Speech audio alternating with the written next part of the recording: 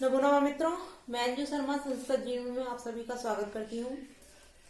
तो जैसा कि हम लोग अपनी 8 बजे वाली कक्षा में कारक प्रकरण का अध्ययन कर रहे हैं और अभी तक हम लोगों ने पंचमी विभक्ति के कई सूत्रों का अध्ययन कर लिया है, किंतु हमारे जो पंचमी विभक्ति के अन्य सूत्र रह गए हैं हम उनका अध्ययन करेंगे। तो जो भी मित्र हमारे साथ लाइव जुड़ चुके हैं सभी लोग अपने अपने मित्रों के साथ वीडियो की लिंक को शेयर कर दीजिए और अधिक से अधिक लोग वीडियो के साथ लाइव जुड़ने का प्रयास किया कीजिए, क्योंकि आप लोग अधिक से अधिक लोग लाइव जुड़ते हैं। साथ ही साथ अगर आप सभी को वीडियो अच्छी लगती है तो वीडियो को लाइक अवश्य किया कीजिए, क्योंकि मैंने पहले भी कहा है, आज पुनः उस चीज को बोल रही हूँ कि आप लोग जब वीडियो को लाइक करते हैं, आप लोगों की लाइक्स आती हैं वीडियो के साथ और आपके जो भी कमेंट आते हैं मैं उनको प्रतिदिन देखती हूँ। तो आपके कमेंट और लाइक से मुझे बहुत प्रोत्साहन अर्थात ऊर्जा प्राप्त होती है। तो आप लोग अधिक से अधिक संख्या में लाइव आया कीजिए, क्योंकि जितने ही अधिक लोग लाइव होते हैं मुझे बहुत ही अच्छा लगता है और मैं और अधिक मेहनत करती हूँ ताकि आपको अधिक से अधिक जो हमारे सूत्र हैं और इतनी सिंपल भाषा को प्रयोग करती हूँ जिससे कि आपके जितने भी सूत्र हैं वो सभी क्लियर हो जाएं।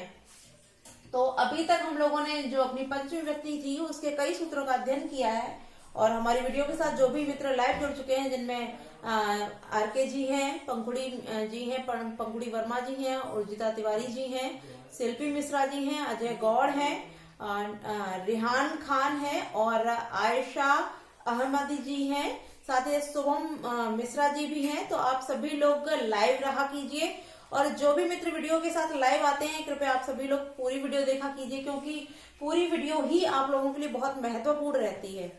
तो आप लोग लाइव आया कीजिए, अधिक से अधिक लोग लाइव आया कीजिए और वीडियो को लाइक अवश्य किया कीजिए। तो आइए हम लोग, जैसा कि हम लोगों ने कल वार्णार्था नाम ईप्सिता सूत्र का अध्ययन कर लिया था, आज हम उन्हीं सूत्रों से आगे बढ़ते हुए जो हमारा अगला सूत्र है उसके विषय में अध्ययन करेंगे। तो आइए हम लोग जो अगला सूत्र है हम उसके विषय में अध्ययन करते हैं। तो हमारा जो अगला सूत्र है वो है हमारा जनिकर्तु प्रकृति। जनिकर्तु प्रकृति। अब हम यहाँ देखते हैं कि जन हमारी धातु है, जन धातु है।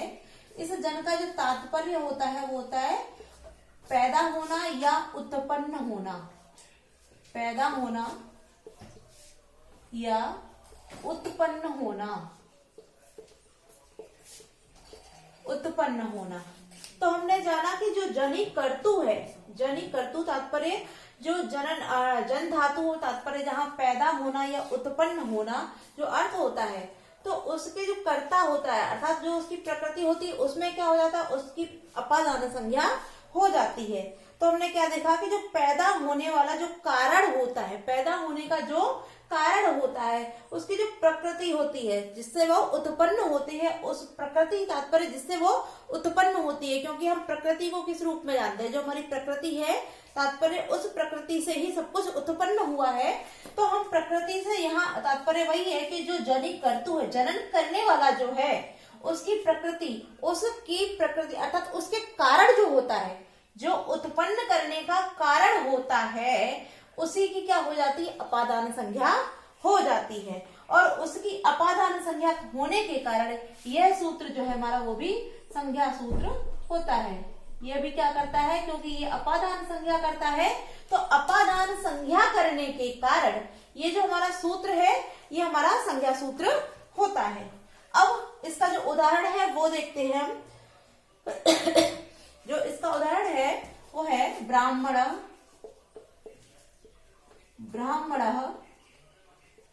प्रजा, ब्राह्मणः प्रजा प्रजायन्ते,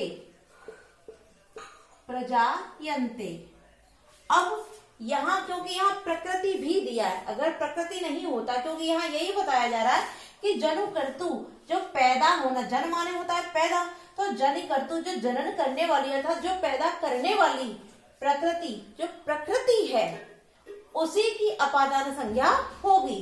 प्रकृति से तात्पर्य यहाँ जो प्रकृति दिया है वो इसीलिए दिया है कि जो प्रकृति है तात्पर्य जहां से उत्पन्न हो रहा है, जहां से पैदा हो रहा है, उसकी यहाँ अपादान संज्ञा हो जाएगी। अब हमने देखा कि प्रजा प्रजायन्ते, प्रजा उत्पन्न होती है, किंतु किससे? तो हम देखते हैं कि जो ब्रह्मा है उससे प्रजा उत्पन्न होती है। इस कारण इस ब्रह्मा की ही क्या हो जाएगी? इस ब्रह्मा की ही अपादान संज्ञा हो जाती है।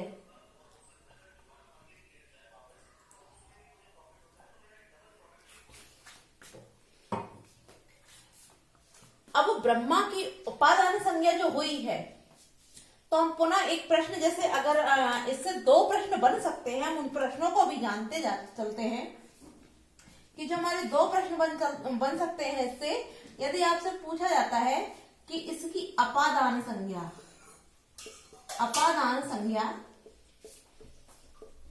किस सूत्र से हुई है, और आपसे यदि ये पूछा जाता है कि इसमें जो पंचमी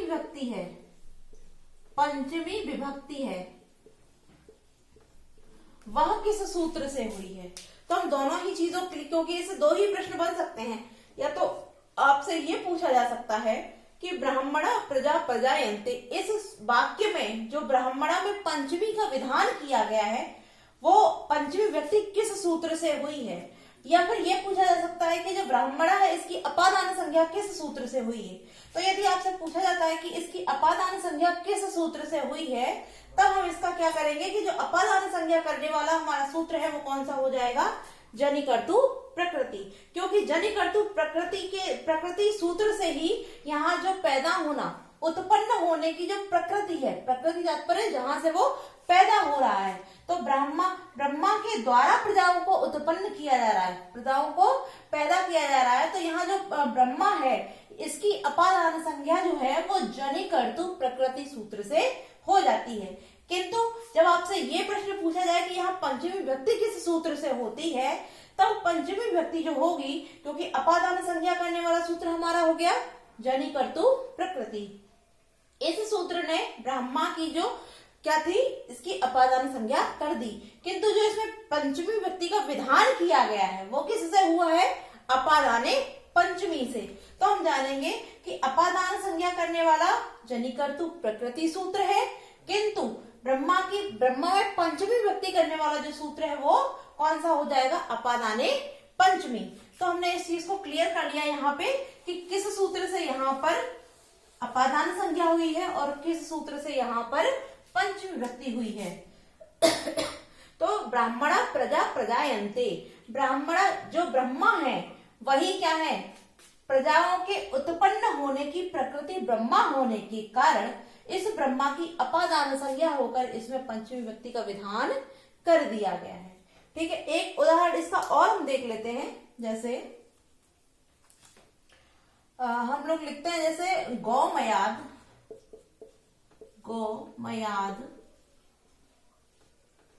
वृश्चिको जायते, गौमयाद वृश्चिको जायते। अब यहाँ हम देखते हैं कि गौमयाद वृश्चिको जायते, यहाँ जो वृश्चिक है, वृश्चिक तात्पर्य जो बिच्छू है, वो जायते माने उत्पन्न हो रहे हैं, किंतु किससे? यहाँ जो इसकी प्रकृति है, उत्पन्न करने वाली जो प्रकृति है, क्योंकि यहाँ साथ में दिया है जनिकर्तु प्रकृति, जो पैदा करने वाली किसी वस्तु को पैदा करने वाली जो प्रकृति है, क्योंकि जो जिसकी अपादान संज्ञा होगी वो किसकी होगी? उस प्रकृति की होगी जो उसको उत्पन्न कर रहा है, जिसके द्वारा उत्पन्न किया जा रहा है उस प्रकृति की ही यहाँ पंचमी व्यक्ति की जाएगी। अब वृश्चिक उत्पन्न हो रहे, जो बिच्छू है वो उत्पन्न हो रहे हैं, किंतु जो उसको उत्पन्न करने वाली प्रकृति है वो कौन है? वो गौमयाद, तात्पर्य जहाँ जो गौमय है, गौमय तात्पर्य जो गौमय हम बोलते हैं गोबर को, तो जो गोबर है यहाँ पर यह इसकी प्रकृति है, किसकी? वृश्चिक की। वृश्चिक की प्रकृति गौमय होने के कारण इस गौमयाद की ही जनिकर्तु प्रकृति सूत्र से यहाँ अपादान संज्ञा कर दी गई है, और अपादान संज्ञा होने से इसकी जो है वो अपादान पंचमी से यहाँ पंचमी का विधान कर दिया गया है। ठीक है, तो ये जो हमारा जनिकर्तु प्रकृति सूत्र है ये संज्ञा करता है, क्योंकि यहाँ जनिकर्तु प्रकृति ने ही क्या किया? अर्थात जो ब्रह्मा है और जो गौमयाद, इन दोनों की यहाँ पर अपादान संज्ञा की, और संज्ञा करने के पश्चात जो हमारा अपादान पंचमी सूत्र है, उस सूत्र से यहाँ पंचमी व्यक्ति का विधान किया गया। तात्पर्य यह जो हमारा सूत्र है वो संज्ञा करने के कारण हमारा संज्ञा सूत्र हो गया है। ठीक है, ये सूत्र हमारा क्लियर हो गया है। अब जो हमारा अगला सूत्र है उसको देखते हैं।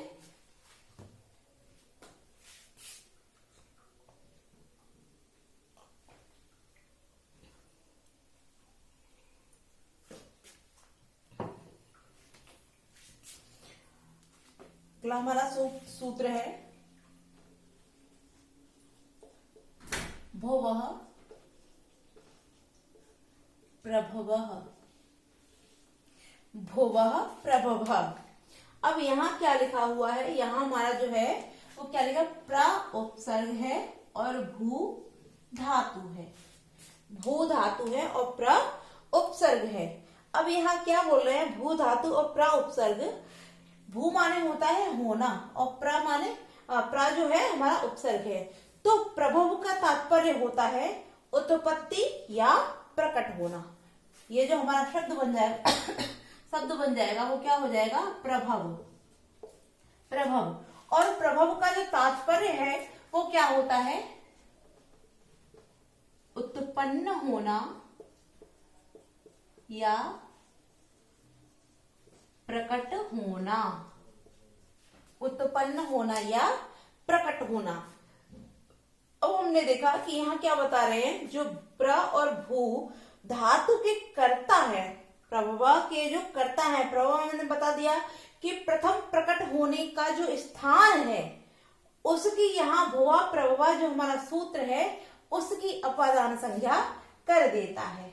अब भुवा प्रभवा, भू का तात्पर्य होता है होना या होता है। भू धातु जैसे आप पढ़ते हैं भवादिगण में भवती भवता भवंती, तो वही भू धातु है। भू माने होता है होना और प्र उपसर्ग जब हम इसको जोड़ देते हैं तो ये शब्द हमारा प्रभव बन जाता है।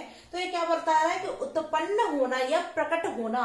जो अर्थ देने वाली धातुएं होती हैं हमारी, उन धातुओं से जो प्रभव वाला स्थान होता है, प्रभव तात्पर्य जो स्थान होता है जहां से कोई वस्तु उत्पन्न होती है या प्रकट होती है, उस प्रभव वाले स्थान की ही क्या हो जाती है, अपादान संज्ञा हो जाती है।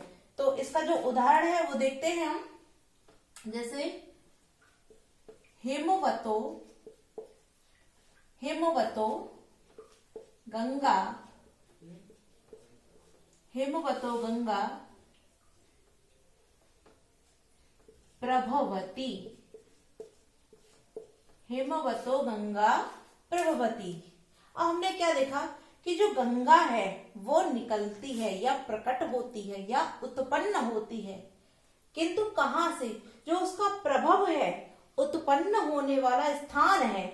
मैं अभी आपको क्लियर, क्योंकि यहाँ दो बार दिया है भुवा प्रभवा, उत्पन्न हो उस प्रभव प्रभव का तात्पर्य यहाँ क्यों दो बार, यानी कि यहाँ भुवा और यहाँ प्रभवा दो बार, यहाँ प्रभवा क्यों दिया है, क्योंकि जो प्रभव जो उत्पन्न होने वाला स्थान है उस स्थान की ही यहाँ अपादान संज्ञा करता है। वो कौन करता है, हमारा जो भुवा प्रभवा सूत्र जो है वो उसकी अपादान संज्ञा करता है जिस स्थान से उत्पन्न होता है। यानी कि हमारी जो प्रभव धातु, जो भू धातु है, प्र उपसर्ग पूर्वक जो भू धातु है वो हम देखते हैं यहाँ पर। जब हम वाक्य देखते हैं हेमवतो गंगा प्रभवती, तो हम इस वाक्य में देखते हैं कि जो हमारी प्रभव प्र उपसर्ग पूर्व भू धातु जो है वो हमारी यहाँ पर प्रयुक्त हो चुकी है। तात्पर्य यहाँ भू धातु भी है और प्र उपसर्ग भी है।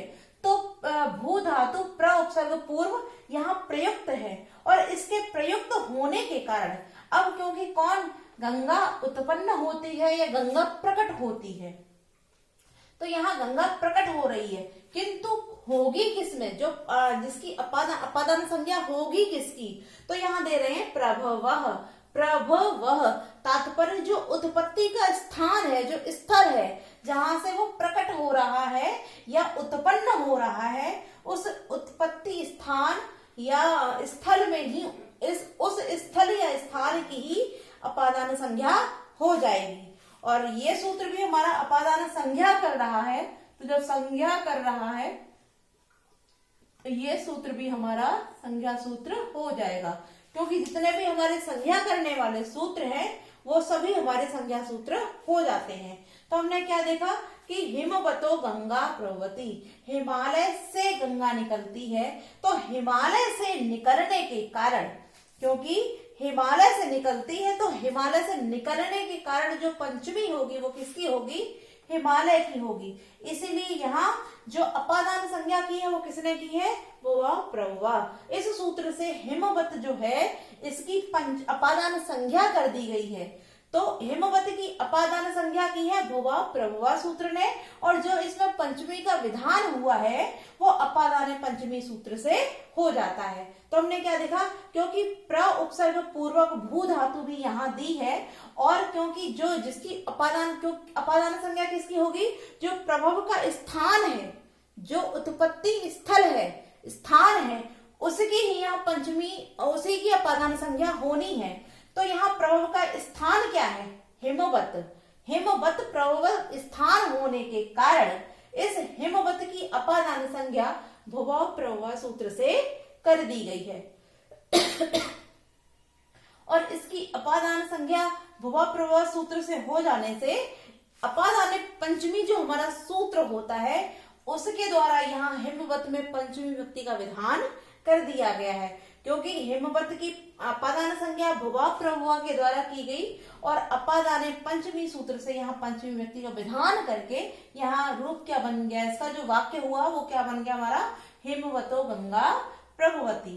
अब यहाँ हमने अभी जो सूत्र पढ़ा था जनि कर्तु प्रकृति, और जो द्वितीय सूत्र हमने अध्ययन किया भुवा प्रभुवा, इस दोनों ही सूत्रों में हमने देखा है कि दोनों ही सूत्र हमारे क्या अर्थ दे रहे हैं? उत्पन्न होना या प्रकट होना। वहां जन माने भी उत्पन्न होना ही होता है, और यहाँ प्रभव माने भी उत्पन्न होना या प्रकट होना ही होता है।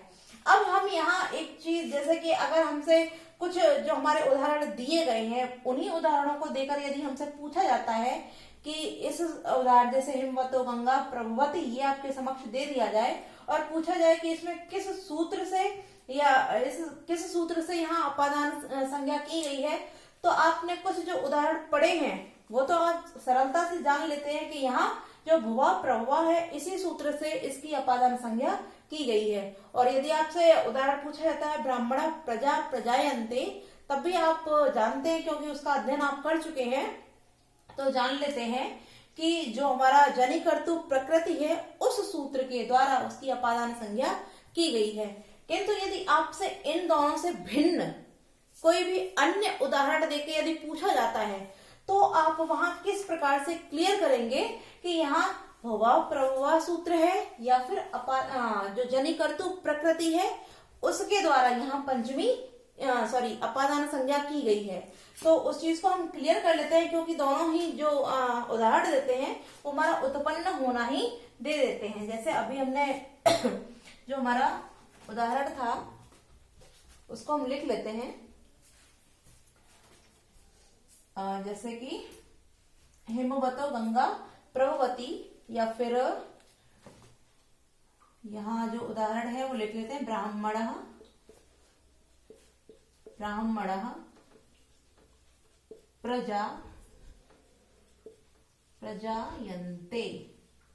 प्रजायन्ते।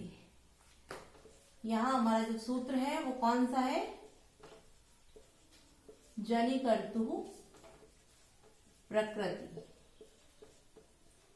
यहाँ जो हमारा सूत्र है वो है हमारा जनि कर्तु प्रकृति, और यहाँ जो हमारा सूत्र है वो कौन सा है? भुवः प्रभवः। तात्पर्य हिमवतो गंगा प्रभवती, अर्थात हिमालय से गंगा उत्पन्न होती है या निकलती है, और जनि कर्तु प्रकृति ब्राह्मण प्रजा प्रजायन्ते, यहाँ ब्रह्मा से प्रजाएं उत्पन्न होती हैं। दोनों ही वाक्यों में यहाँ जो अर्थ है वो उत्पन्न होने का अर्थ दे रहे हैं। तो हम इसको क्लियर कैसे करेंगे कि यहाँ जो अपादान संज्ञा करने वाला सूत्र है वो भुवा प्रभुवा होगा या फिर जनि कर्तु प्रकृति। जैसे एक उदाहरण और हम देखते हैं, जैसे हमारा एक और उदाहरण है कामात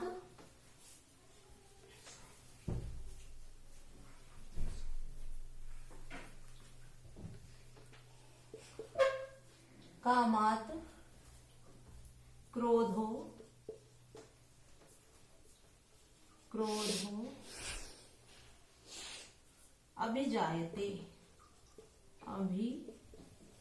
अभिजायते। अब हमने देखा कि यहाँ जो हमारा अगला उदाहरण है वो क्या है, कामात क्रोधो अभिजायते, यानी कि काम से क्रोध उत्पन्न होता है। अब इस जो ये जो हमारा वाक्य है इसमें यहाँ जो कामात शब्द दिया है, इस कामात में किस सूत्र से अपादान संज्ञा की गई है। तो हम आप सभी को एक चीज क्लियर कर दें कि जब कोई चीज उत्पन्न नहीं है, तात्पर्य जो वस्तु उत्पन्न नहीं, अनुत्पन्न है, जो कभी अभी तक उत्पन्न नहीं है, किंतु जब हम उसको उत्पन्न करते हैं तब यहाँ जनि कर्तु प्रकृति सूत्र का विधान किया जाएगा। किंतु जो वस्तु उत्पन्न है किंतु प्रकट नहीं हुई है, तात्पर्य जो वस्तु उत्पन्न तो है किंतु प्रकट नहीं हुई है, और उसको प्रथम बार जब हम प्रकट करते हैं तब वहां भुवा प्रभुवा सूत्र से उसकी अपादान संज्ञा की जाती है।